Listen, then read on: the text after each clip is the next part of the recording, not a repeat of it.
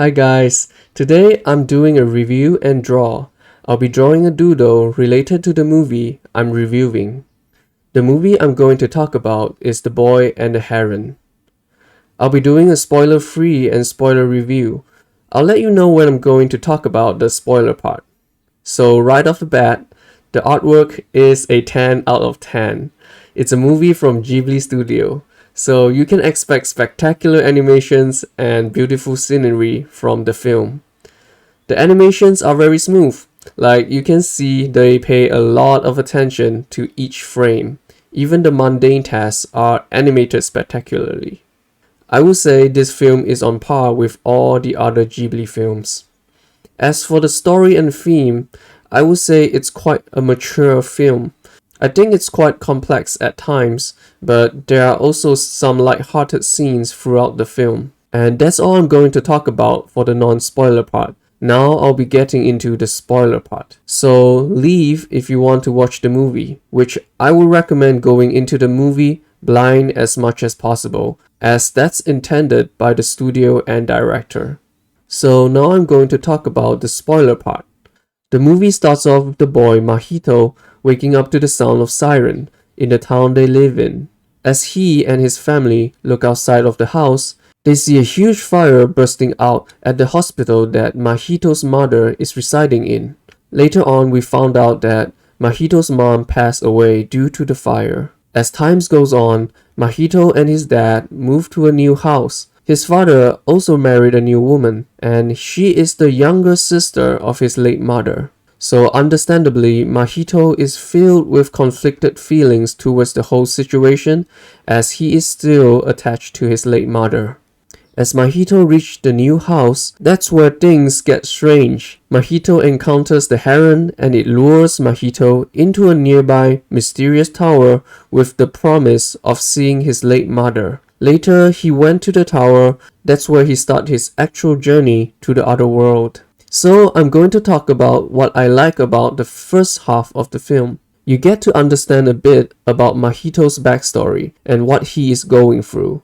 At the same time, the mysterious heron is appearing here and there. I really like the mysterious vibe of the first half of the movie. At times, it feels like a horror and thriller movie. As Mahito reached the tower, that's where things starts to unfold. Now I'm going to talk about what I like about the second half of the film. I quite enjoyed the spectacle in the other world. Mahito meet a lot of interesting characters. The environment and character designs are very interesting. For example, I think when characters like Mahito's mom uses her fire ability, I think it's quite cool. For the scenes with the birds that eat humans, they are quite haunting and humorous at the same time. There are so many moving parts in the film, I think the animations are very impressive.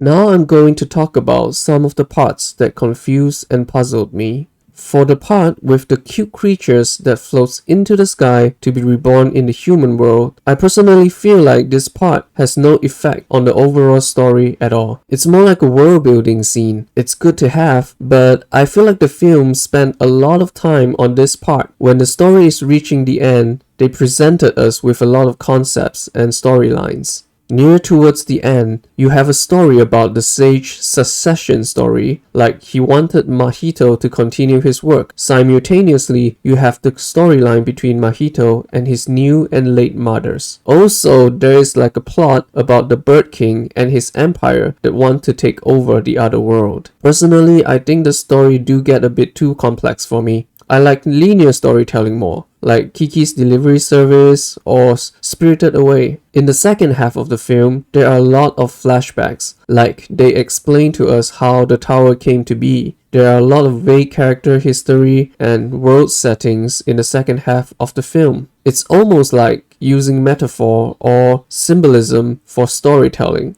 which can be quite hard to understand in your first viewing. The characters are quite interesting, but what I felt lacking is the attachment to the characters. Mainly, I felt lacking is the boy's reaction when he meet his mother in a younger form. I think maybe he should have some emotional signs or attachment towards the young girl, so that it's more obvious that she is his mom. In the film, they gave us hints here and there, but I think this part is quite puzzling to me while watching the film. Personally, I do feel like the film can spend more time on Mahito himself instead of so much world building. Overall, I did get the core story they are presenting to us. The film is about loss and acceptance. We have to move on with our life at the face of hardship and adversity. All in all, I think it's a good message. In conclusion, I think the artwork is a 10 out of 10. Story-wise, it left me puzzled and confused at times. I might revisit the movie in the future. Maybe I can understand more from a second viewing, or maybe watching the English dub version might help as well, since I watched the original sub version. And that's all for today. Thank you for watching.